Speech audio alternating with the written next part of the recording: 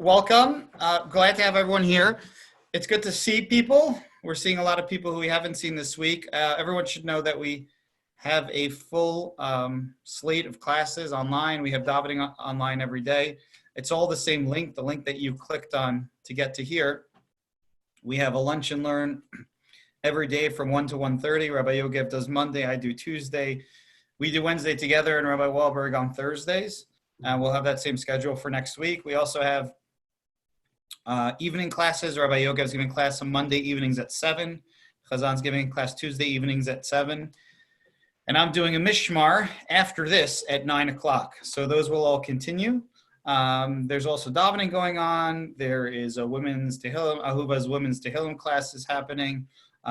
Tomorrow evening before Shabbat, we have a kids pre-Shabbat party from 6 to almost 6:30, and then at 6:30 we'll daven mincha and have a musical Kabbalat Shabbat, which we had last week, which was really, really beautiful.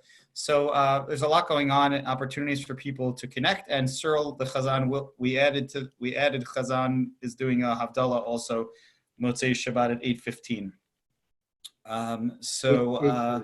We hope you'll all tune in for all of those various things. For now, we have a list of, I think, about 6 questions, maybe 7 that were submitted. And we will start with those, and then we'll open up the floor. You can type your question to the chat, or you can virtually, there's a button where you can raise your hand. You can do that also. Or you can try to get our attention by raising your hand where you are. So let's just start. We'll start with a question I think came in from 2 people. About what someone should do if they can't get a shank bone for the Seder plate. First of all, just to tell you, I know that they are available I believe in 7 Mile and in Seasons and Market Maven, they have them both. But if you're not going out or you can't go out, I'm going to swing this question to Rabbi Yogev because it is in his guide. By the way, a lot of these questions came in before we sent out. I hope you saw touch points from today. Touch points from today, we're sending out an email every day. The one from today contained in it a guide with frequently asked questions, as well as a number of other resources that Rabbi Yogev worked on extensively. It's very, very good. It really covers everything, and it actually covers a lot of the questions that came up. So we're just going to sign off now. Thank you for joining us. It's been great. Now, you can feel free to see that guide, but I'm going to swing it to Rabbi Yogev to answer that question. Shank bones. Good. Hi, everybody. I'm just going to put a link to the guide in the chat bar so you can have that. Those are frequently asked questions. All right, Pozo, how about you start addressing? I'm just going to put the other one for a second. Okay, so then I'll start from a different question. We'll come back to that. Somebody asked a question about what one should do if they are having a Seder alone, which is certainly a possibility and a probability for a number of people. So first of all, no one should think that that there is anything negative about having a Seder alone, aside from obviously the personal feeling of being alone. It's not like there's a better, it's better to daven in shul and a minyan than to daven at home by yourself. But it's not better to join a Seder with a lot of people than to have a Seder by yourself. That equivalence, that doesn't exist. There's absolutely nothing wrong with being home and being alone for a Seder. I've already said a number of times this week that actually kind of a dream of mine is to have a quiet Seder by myself where I could go as fast or as slow as I want, start when I want, end when I want. Of course, that's easy for me to say because I am fortunate enough that I will have family with me.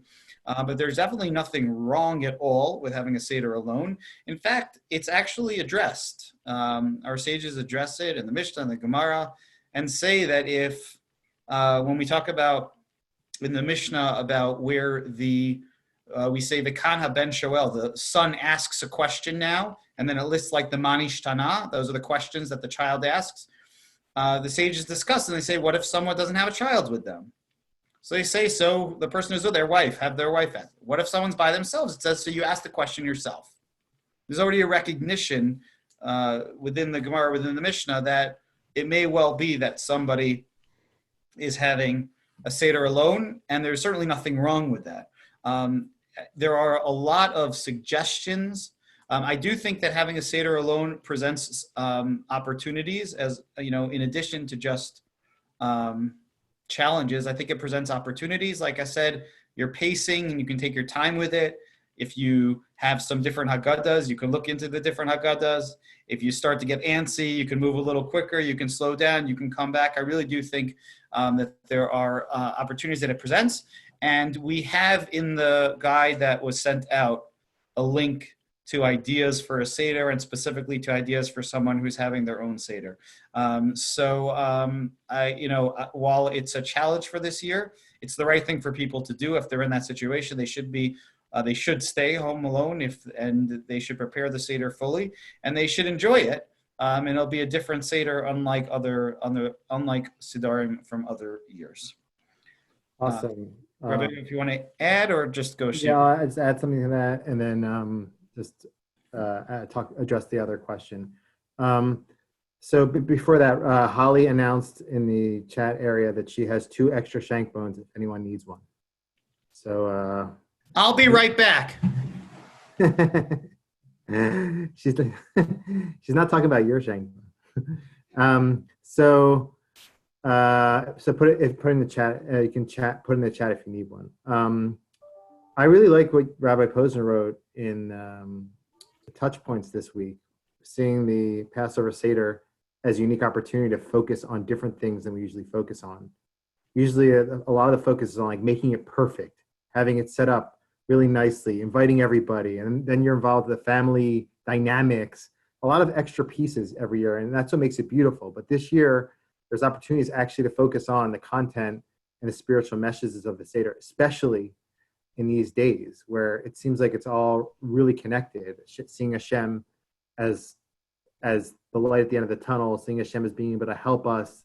There's a lot there. Seeing Hashem as seeing the purpose of the Seder as fixing the world and making the world a better place. You know, I think that's all interconnected. So there's a lot to think about, and we have a unique opportunity this year to do that. So thought that was a nice piece that you mentioned there.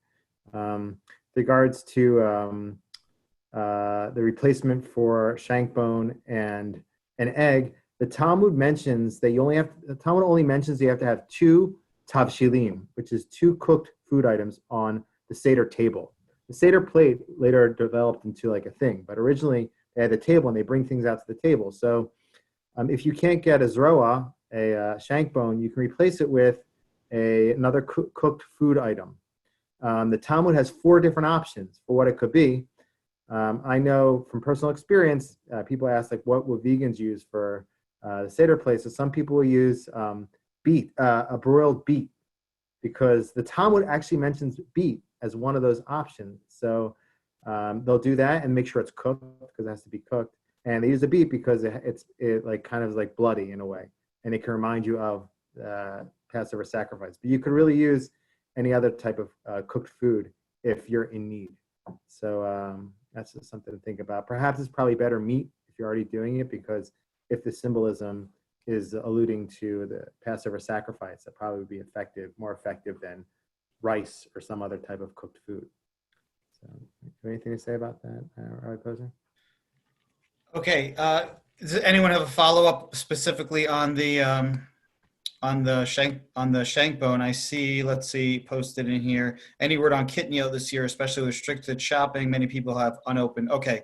So we're going to address this. I think that probably the 2 most common questions that have come up thus far is the question of Zoom and the Seder, and the question of food for this year. So let's take one at a time. We'll start with the Zoom. I'll tell you what I think about it, and Rabbi Yogev will follow that up, and then we'll go to the food. So many of you may have seen that there was an article with a very, very exciting headline. It said, "Group of rabbis in Israel permit use of Zoom to celebrate the Pesach Seder." Orthodox rabbis permit. Orthodox rabbis, right? Anytime there's a headline that says Orthodox rabbis permit, everyone gets excited. When I make a joke, I can't hear you laughing because you're on mute. So if you could laugh in a more emphatic way So I'll be sure of the fact that you're laughing. Not that emphatic, Mark. Take it easy. Okay. Uh, so, so I was very upset when I saw that headline come out, not because I like people not being able to use Zoom, but because I knew I was almost certain immediately that the headline was inaccurate. And then I read the actual tshuva, the actual proclamation that they put out, and I was right that the headline was inaccurate. What the rabbi said mostly was that if there is a case of emergency where there's a great need, there's are different types of halachic terminology. Shat hatzorech, a great need. Shat hatzchak, a very pressing time. These are halachic terminologies for when special cases. And what they basically was saying that if there was an urgency, there's a special case and a real need to use Zoom, let's say, as part of the Seder to be able to connect with someone else, that they would permit it. Now, what does that mean? That's really not news. It's not special to this year. Last year too, and not just special to the Seder or to Pesach, and not special to Zoom, to telephones, Shabbat, Yom Tov, anytime that there was a serious need. Now, what's a serious need? So I saw someone make the distinction today, and I thought it was a very good distinction. They quoted a mental health professional who said, there's a difference between being sad and being depressed. Yeah, a lot of people are sad this year. A lot of people are disappointed this year that they're not going to have the Seder in the way that they would like to have it. That's actually normal. That's a good thing. You should be sad. You should be disappointed. There's a distinction there between someone who's sad in a quote unquote normal way and someone who's so incredibly depressed that it's going to really affect them negatively. And now, of course, each case you have to look at specifically and say, what does that mean really affect them negatively?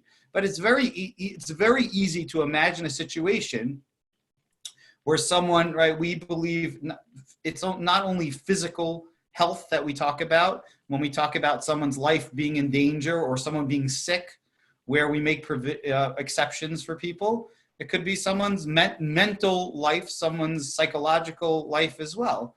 So if you're talking about someone who's so lonely and so distraught that we're concerned about them, an extreme example would be a situation where you have concerns that you have someone elderly who you can't get in touch with and you don't know if they're okay and you don't know if they're able to take care of themselves. Or you have a situation where where you're concerned about self-harm, where someone's really very depressed or something along those lines. No rabbi would tell you that you can't use Zoom or a telephone or something along those lines in such a situation. Not only that, but they suggested that people should set it up beforehand and just have the screen going so they're not actually doing anything on the screen. The problem is that that's not what was reported. The report was use Zoom to help you celebrate the Seder this year. Great, everyone use Zoom to help you celebrate the Seder this year. And that's not what they said. Even in their circumstances, they were talking about a situation where you're setting it up beforehand, which practically speaking, I'm not sure they tested this out. You can test it out yourself and see. I think if you set up Zoom and you leave it for a long period, it's going to time out. It's going to go out. The computer's going to go off. You're going to have to hit buttons. You're going to have to change things. So the people who have asked, can you use Zoom? There's nothing different about Zoom, let's say, than would be the case of a telephone or calling someone up. And if you have an elderly parent or a sibling who's older or for any number of reasons, you should do what people should always do. They should check with their rabbi. They should speak to their rabbi. I saw some rabbis saying you should go permit. If somebody tells you that mentally, psychologically, there's an issue there, you should ask them permission to speak to their mental health professional and find out how serious the situation is and get advice from them. Can this person be alone for 3 days or do we have to worry about it? So that is basically, where I fall on this is that basically, in my opinion, it's not really news. This is not really anything different than we would normally say. And since that time, some of them retracted and others spoke up and basically said along the lines of what I just said. So I hope that it answers the question to say this is not a blanket approval for anyone to go and use this. But insofar as it brought to light that there could be mental health concerns and situations that would require exceptions, that I think is a very good thing, that people realize this and that is out there, not only for this, but for other cases as well. Okay. Just add like 2 or 3 points to that. Rav Herschel Schechter, he's the authority for one of the main authorities for the modern Orthodox community. He came out with a response on that today. He said that in those cases, it might be preferable to use a phone instead of Zoom, because he holds that when you're doing Zoom, it is doing some sort of inscription. I don't know the technicalities behind that, but he said it would be preferable to use a phone in those situations. It's something just to think about. In addition, so candle lighting's at 7:22 this year. I share this in different forums, but for many years I did 4 seders every year, because my family's they don't do it after sunset. So they would do a seder and I would join them for that. I would sit through the whole seder with them. It was very enjoyable. And then when it became dark, I would do the technical halachic seder afterwards. And it wasn't perfect, but I had a chance to be with them. We sang songs together. I didn't eat the matzah with them. I didn't, drink the wine, but I sang all the songs with them. We talked about Yetziat Mitzrayim.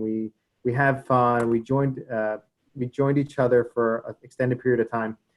That could be an option. It's not perfect. I mean, this year's not perfect at all, but the holiday comes in kind of late. So it might be worth thinking about, like, if one is going to follow this direction, finding ways to forge that connection before the holiday. When you go into the holiday, you're kind of be filled up with that family love and unity, and that can kind of spill over through the upcoming day or so. So that's something to think about. I saw that Joan put into the chat, how about using Amazon Echo or Alexa? So it happens to be, I was on a call last night, I think it was. Has anyone else noticed the days aren't clear anymore? Like, I don't know what day is what day. I think it was last night. And someone was on a phone conference, and someone asked Rabbi Linzer, my Rosh Hashiva, Rabbi Yogev's Rosh Hashiva, was discussing this very issue, and someone asked about Alexa or Echo or whatever, and he did say, now, I've heard this question asked beforehand, right? Meaning, like, can you just use it to shut off your lights on Shabbat or whatever? And the answer is what's that, Rabbi Yoga? Yeah, on Shabbos and stuff. Right. So the answer there is definitely no. But if we're talking about these extenuating circumstances, he said, sure, it seems like that would be better than pushing a button. This way, at least you're not actually even doing an action. You're just kicking off an action to start. Under normal circumstances, you can't do that. You can't do something that is then going to cause something to happen that isn't allowed to happen. But if you're doing this already, so sure, why not? That way it's less of an action that you're carrying out. And it also feels different. And that's something that many have pointed out. It's not only about this technical conversation about whether it's halachically permissible, but also what would that do to someone who is used to not using something like that at a Seder? Meaning, someone who uses electricity, who has, I don't know, music or TV or something on during the Seder or on the phone, that's a different conversation. But for someone who's asking this question because it's not something they would normally do, then introducing this technology into your Seder also brings with it other consequences that people may not realize. Okay, so Rabbi Yogev, maybe you'll start with this next question that was asked over here. So we were talking about the shank bone, and someone said, what about kitniyot, beans, legumes, things that are not chametz, but that we traditionally do not eat? And I said that we've been getting a lot of questions, and indeed this is addressed in the guide as well, about foods and special dispensations and such for this year of Pesach. Yeah, for those who just started tuning in, if you scroll up in the chat bar, there's 2 links to documents. One is one that Rabbi Wecker put together, which is how to pray alone in one's home throughout the whole holiday. It's a pretty great document. And there's another one with frequently asked questions. And in there, we bring a link to a website by like a based in London, where they list certain food items that people can purchase without explicit kosher for Passover supervision in these circumstances. If it's hard to get food or other elements present themselves that make it difficult to shop normally for Passover. So you can reference that if needed. In terms of kitniot, I'm not the best person to talk to about that, although I actually eat kitniot. I'm Sephardic, but You are the best. You're the best person to I'm talk the to. worst. I'm the worst because like I'm not that flexible with it, only because I personally view kitniot almost like the mechitza of our day. I don't know. I feel like I'm not the best person to talk to about that because I feel like those who are strict with kitniot, unless there's extenuating circumstances, they should try to stick with that. It seems like a marker. It doesn't always make sense that it's like that happens to be the marker, but conservative movement has shifted on that. And even those in the conservative movement, some of them feel uncomfortable with that shift for some reason. I just feel like that's like a marker between Orthodox and conservative. So I don't know. Someone once reached out to me about vegans if they can eat kitniot because they don't have so much food, that much food to eat. I wasn't that flexible with that, but I know Rabbi Posner has more to say on that. So. Yeah, well, that's not really so fair. Like, I eat kitniot, but don't ask me to let any of the rest of you eat kitniot. Well, Rabbi Yogev can eat kitniot because he's following Sephardic custom, which doesn't have a problem with kitniot to begin with. So it's a totally different conversation. So on this conference call that I was on, someone asked the question about something like this about kitniot and can people eat it? And at first, the tenor of the conversation was sort of like, look, why? Meaning this feels a little bit like, right, people have been waiting around every year, every time something comes up. It's like, it's kind of rainy outside. Maybe this is the year that we should be allowed to eat kitniot, right? Every time like something comes up, people kind of, so that was sort of the tenor of the conversation. But then one of the rabbis said, look, the reason I'm asking is because I have a number of younger people calling me. I have in my community their parents who are over the age of 60, which is some magical age that we decided, like, as we're seeing, this affects people who are younger too. But okay, so right, and what they're saying is, look, I need you to tell my parents that they don't have to go out, that they have in their house enough food, counting kitniot, that they can get through Pesach. If it wasn't Pesach coming up, they wouldn't be going out to shop. They wouldn't be ordering delivery. They wouldn't be bringing anything into their home. They would keep their doors shut and eat the food that they have in the house. I need you to tell them they can eat the kitniot so they don't go out. If that was the scenario, I would absolutely be prepared to say, that makes sense. Then you can eat the kitniot on Pesach. If the scenario was that you're hunkering down, you're not letting any germs into your house, you're not going out, you're not getting delivery. But people would have to be honest about that, because if they would say, well, look, there was this book I've really been wanting to read, so sure, we had that delivered, and like I did order some fresh fruits and vegetables, and I did. Well, then if you're going to order already, so order stuff that you can eat on Pesach, if you can get it. If you can't get it, that's another story. So here in Baltimore, I know the kosher stores are kind of going back and forth, but if people are ordering, and you can order from Giant or you can order from 7 Mile, and you can get the kosher Pesach, absolutely. If it really is a situation where, and because these germs are spreading and they're all over the place, and if you're able to hunker down and not open up and not get out of the house and not bring anything in, and you have enough in your house to get through, then I think there's really something to talk about. What I am prepared to say for everyone, that was specifically toward kitniot. What I'm prepared to say for everyone is that we should be more lenient this year about foods. And there are 2 lists that Rabbi Yogev included in the frequently asked questions in the guide that list things that don't need special kosher Pesach certification. Now, every year this comes out, the OU has it, the CRC has it. You would see things like maybe sugar or fresh fruits and vegetables, things along those lines. This year, the London Beit Din came out with a more lenient list. And there's also a rabbi, his name is Rabbi Abadi, who every year he's a Sephardi rabbi, and he is very, very permissive. He's very, very liberal when it comes to Pesach foods. He has a list. On his list, he'll say things like any cheese that only has the following 5 ingredients in it. And then it doesn't need special kosher LePesach certification. I think that technically he's probably right. What is a terminology by Ikar Adin? Technically, he's probably right. For example, he has Heinz ketchup on there. What could be problematic about Heinz ketchup? There might be kitniot in there, and there might be some corn syrup in there. There possibly, if it didn't have special kosher LePesach certification, maybe there was some chametz. If there was some chametz and you purchase it before Pesach, the chametz becomes batel. The chametz is null and void. Chametz does not become batel. It doesn't become null and void on Pesach. But before Pesach, in a mixture, it can be. So most likely, he's right. There's no problem with Heinz ketchup. But we have a custom that we get foods that are especially kosher LePesach. And to be honest, if I had Heinz ketchup at my Seder table, I'd feel weird. Like, well, I don't know why I'd have ketchup at my Seder table to begin with. But if I had ketchup and it was Heinz ketchup, I feel kind of weird. It's not Pesach unless you have that bad ketchup, you know? Like, you need the bad ketchup to make it Pesach. That's Pesach. So that's our custom.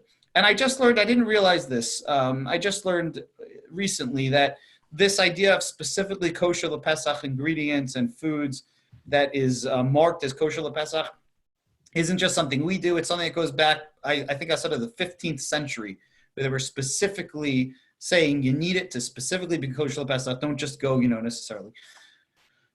But for this year, where any degree of less going out, of less interaction, of less opportunity for germs to come in and out, I am in favor of following his list for this year.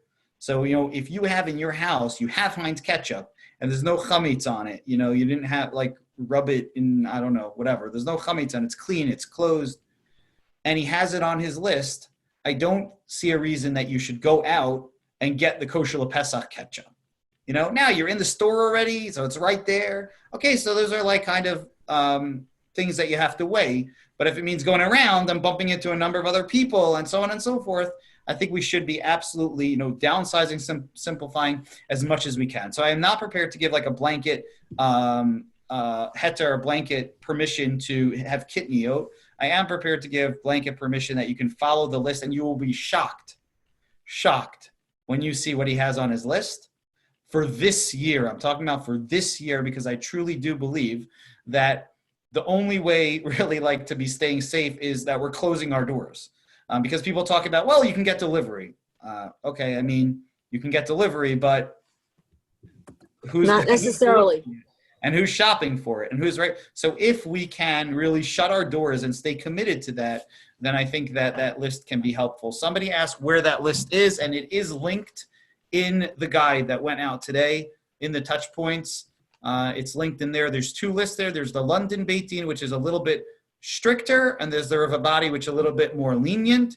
You can take a look at them. If you can go with the London Beit Din, great. But if you have products and things that you need to go with the Rav Abadi, I truly do believe that this year it is permissible to go with that list. But you have to be careful because he has 2 categories. Yeah. He says on some of them A, which means all.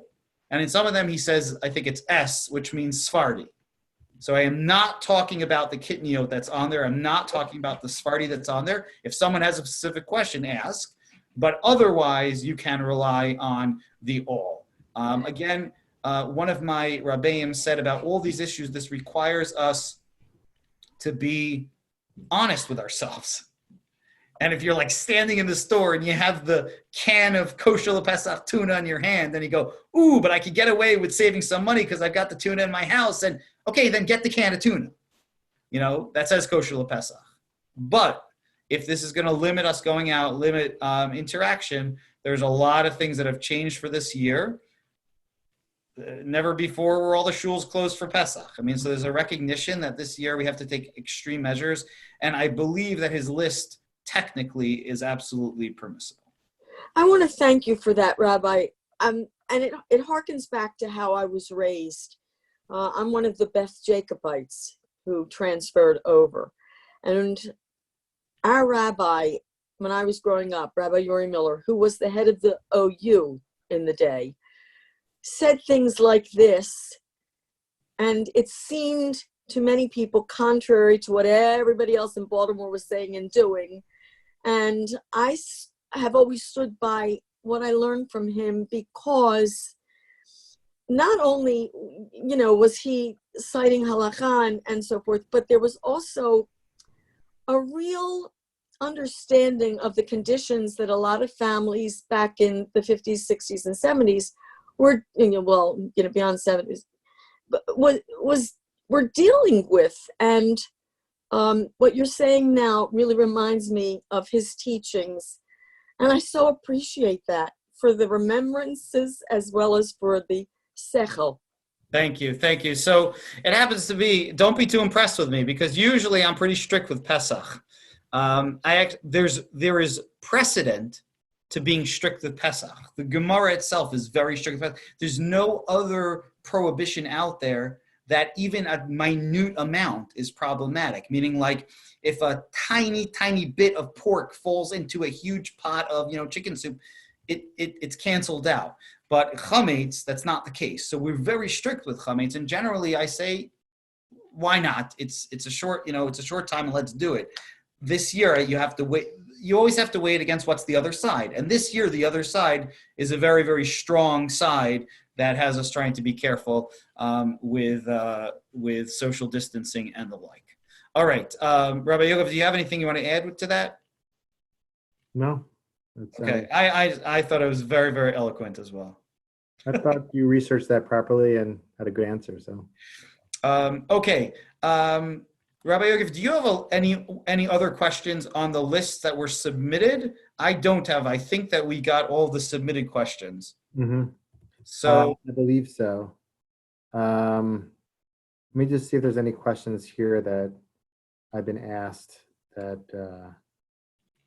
I think people will want to know about. How to get rid of chametz this year? That might be a question people might be interested in. Yeah, I guess that's the only one there. How to get rid of chametz this year? So we're not supposed to gather in public areas. So we're not going to have a public burning of the chametz. How does one get rid of chametz? So obviously one can sell it. You can, in the link that we pasted, you can connect with Rabbi Wahlberg and fill out the form and sell your chametz. Or you could put it in the trash can and make sure the trash is out of your house, because then it's out of your property. So on the curb or wherever they collect it. Another option is to flush it down the toilet. I don't know. I feel weird doing that. Also, I don't think it's proper to have flush large amounts. It's like not good for the pipes and the sewage system. So I wouldn't go out of control with that. I think the throwing out, the selling, and trying to eat some carbs now could be a good solution. Rabbi, yeah. Earlier I asked if you could throw it in the stream, and you could. said yes. You could throw it in the stream, yeah. Yeah.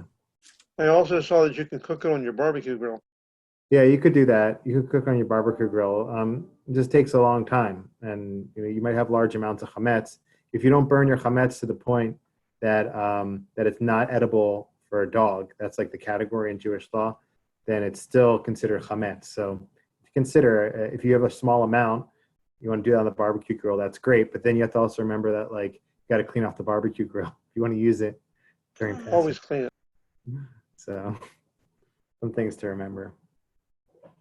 yeah, and that reminds me that someone else had just asked. A few people have asked if we have the Siyum this year. It's also in the FAQs, but we do have the Siyum. Rabbi Becker will make a Siyum we'll be doing it on Zoom. We'll be doing it at 8:00 in the morning on Erev Pesach. So a question, are we allowed to open the door for Elijah? social distancing. I don't, yeah, Is that a real question or?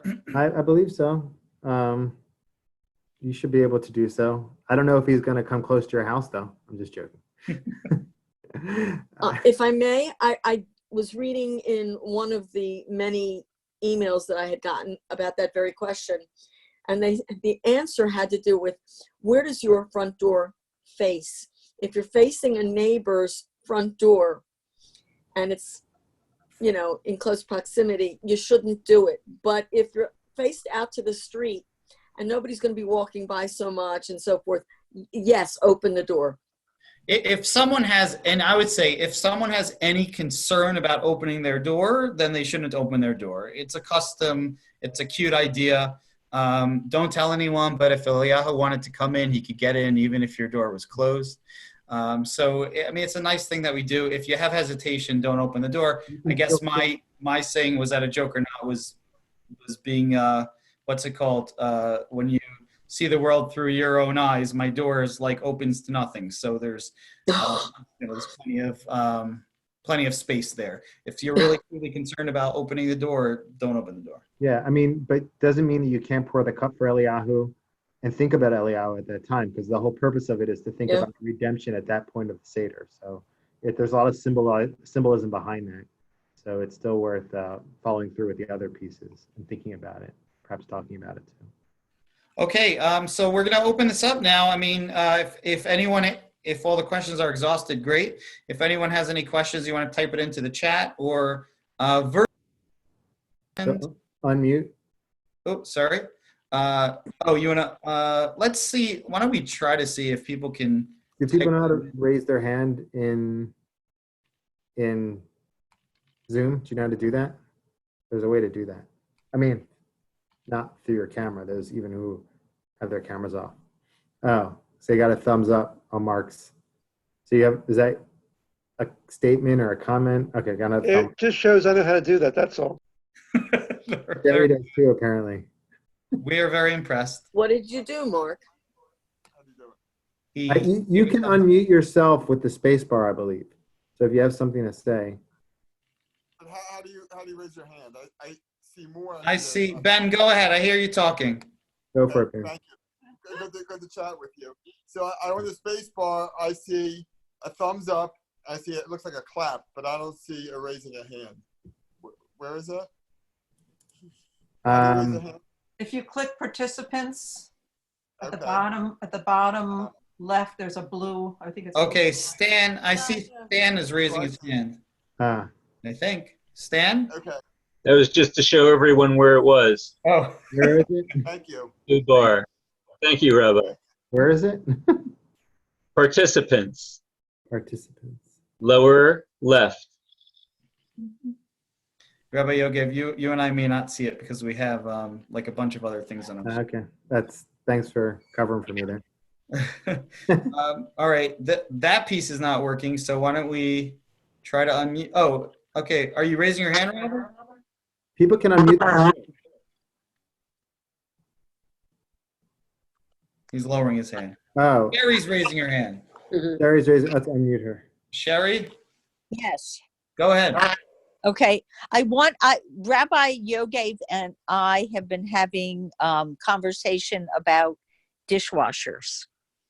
Yeah. And he sent me some information and it was cut off.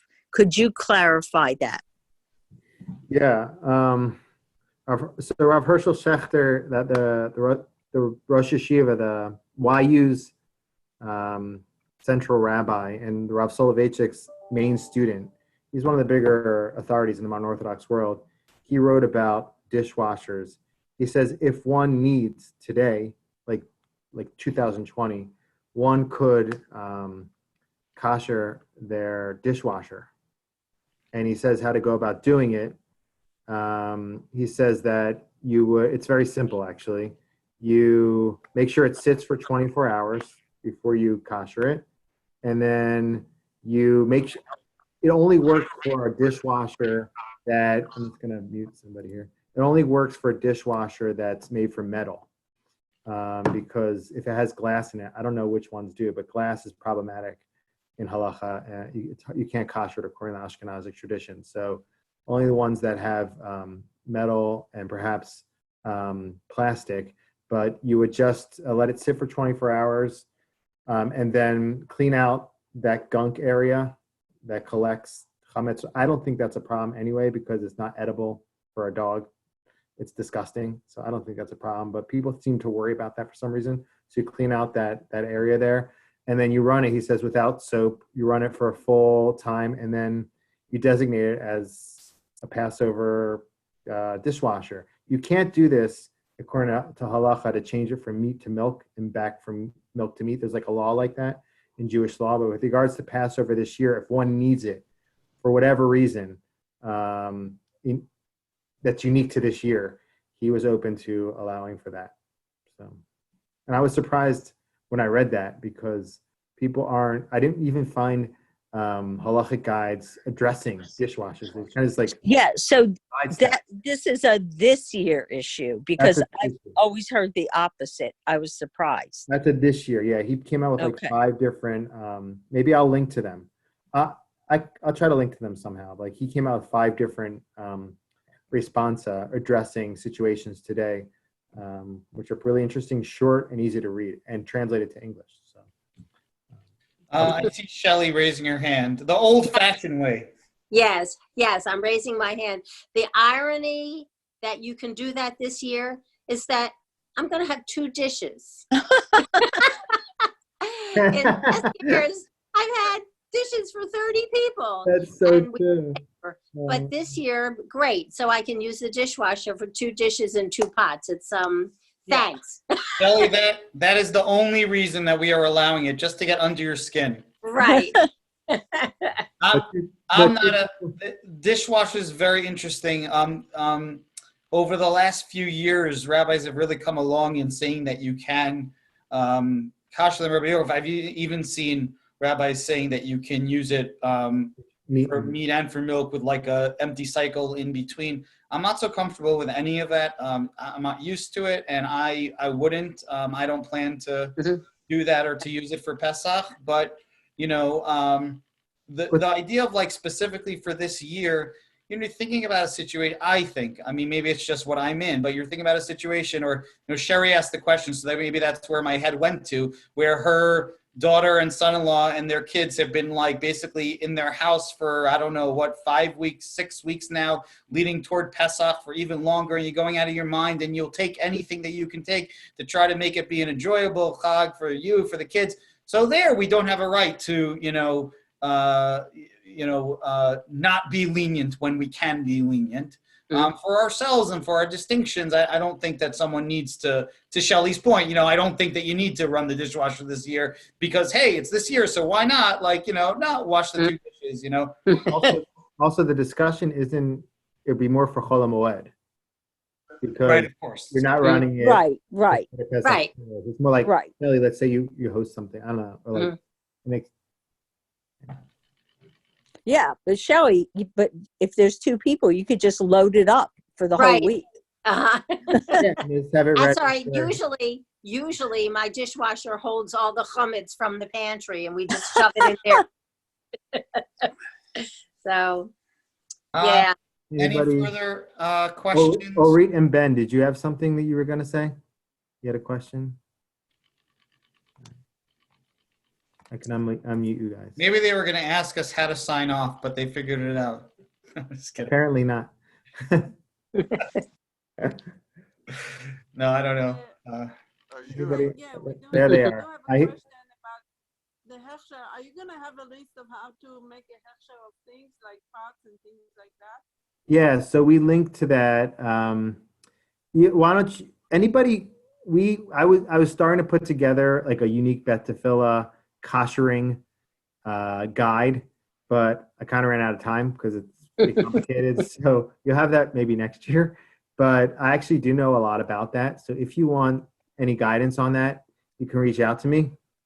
I did extensive research on the topic. So we linked in the email that we sent out to the OU's guide. It's not tailored to our community perfectly, but it's basic and it's clear. And on the document I made, the frequently asked questions, I linked to 2 guides for koshering. One of them is from the Boca Raton Synagogue. That's a little bit more similar to maybe what I would have put out. So you can use either one of those guides. And if you have any other questions, please feel free to shoot me or Rabbi Posner any questions. Yeah. Any other questions? We're getting close to an hour, but if there are still questions, we will take them. What did I miss? Oh, I just got one. I just got a. I couldn't hear what Ben and Orit said, what their specific koshering question was. Someone just texted me about koshering a grill. You want to talk to that? How to kosher a grill? Yeah. That's kind of complicated in terms of. If it's a grill that closes. Will it fit in a? Oh yeah, that's one way. Yeah. If it's a grill that closes, it's pretty simple. You just first of all, I mean, depending on whose grill, maybe you don't even use it for chametz. You know, if you just used it for chopped meat that like wasn't necessarily kosher lepes, didn't necessarily have chametz in it. But if it's a grill that closes, first of all koshering starts with cleaning. You clean as well as you can. That's where all koshering starts. If it's a grill that closes, then you could turn it up to top heat in there, or as long as, truth is, it doesn't even have to be top heat. It has to be more heat than you ever use, or at least as much heat as you ever use. So you would turn it up and you can close it and leave it there for, I think even 20 minutes, a half hour is probably long enough, but you just want to make sure that it's getting as hot as it ever gets. And that would be fine. The grills that don't have a cover to close, those are a little more complicated because it's hard to get heat as hot. Those racks can always go if you have a self-cleaning oven. I don't know if they'll fit in there, but that's always a nice solution that koshers everything. I don't know if those fit. I don't know if that works, but no, I don't know. Yeah. No. Usually in a self-cleaning oven, they tell you not to leave racks in there. Like if it's a grill rack. Right. They're worried. I think the ovens are worried about ruining the racks, not ruining the. Right. So if it's a grill rack, it probably is good enough. That's if you have a grill that doesn't close. That's the problem, is if it doesn't close, it becomes more difficult. If it closes, then you can achieve the proper heat, I believe. I mean, yeah. The other solution is people will actually, the whole main idea is as the forbidden taste goes in, so it goes out. That's like, if you know that principle, you know the basics of koshering. So if it goes in through heat, you have to remove the forbidden taste through heat. So some people will take, I did this before, I took like a blowtorch. I'm not telling everyone to get a blowtorch and do your thing, but like I've done that. And that's actually what people will do with those extreme levels of heat. Yeah, hey, listen, it might be a good year to invest in a blowtorch between burning the chametz, burning germs, keeping people away. Go to an auto body shop. People are bored. Yeah, be careful. Yeah. And if you know somebody who's been a volunteer fireman, like Ivan and Jason, you can get supervision. Yeah. Because Ivan's always taking our stuff outside in the back and used his blowtorch. That can solve everything. Sachi, unmute so we can hear you. Where's Sachi? Sachi's going to be joining. Well, he's on, but Sachi's going to be playing as part of Mishmar. So you can stay. Those who would like, you can stay on the line. Starting at 9 o'clock, we're going to do some learning. We're going to do some singing. Got some uplifting, inspiring singing and learning, and we even promised virtual l'chaims, so everyone can nice. There you go. Can change out what they're drinking. For me, it just means I don't have to hide it in this mug. I could actually get a glass. The rest of the time, I got to hide what I'm got in here. So There's a question. I got one question here. Do the dishes remain kosher for Pesach for next year if they're in that regular dishwasher this year? The dishes remain kosher for Pesach next year if they're in that regular dishwasher this year. So if You see that how you- dishwasher was kosher, you made it kosher, you could use them next year. Yeah. I don't think as a rule, anything that is being allowed for this year is real bona fide halacha. It's not like they're making it up. right. Like no one is saying, unless someone's life is in danger, literally, and the only thing they can eat is chametz, nothing that we've said is an allowance for anything that's really chametz. That you just couldn't do. So anything that we're talking about are leniencies that are being applied this year, but would keep things being kosher and so on and so forth. So, and by the way, just to say, if somebody cooked kitniot in a chametz pot, it would be fine also. And since I have you, just so you should know, if you are like, for the changeover days, I don't know how everybody does Pesach, but like if you have a few days in between or whatever, like our preference is, we'll kosher things a little earlier. And then for a few days, we'll eat kitniot. Like anyways, we don't eat that much chametz. If you're having for dinner tonight chicken and rice and potatoes, you can continue to cook kitniot in a Pesach oven. That's not a problem. It doesn't make it into chametz. You can't do that with chametz, but with kitniot you can. So that's fine. I mean the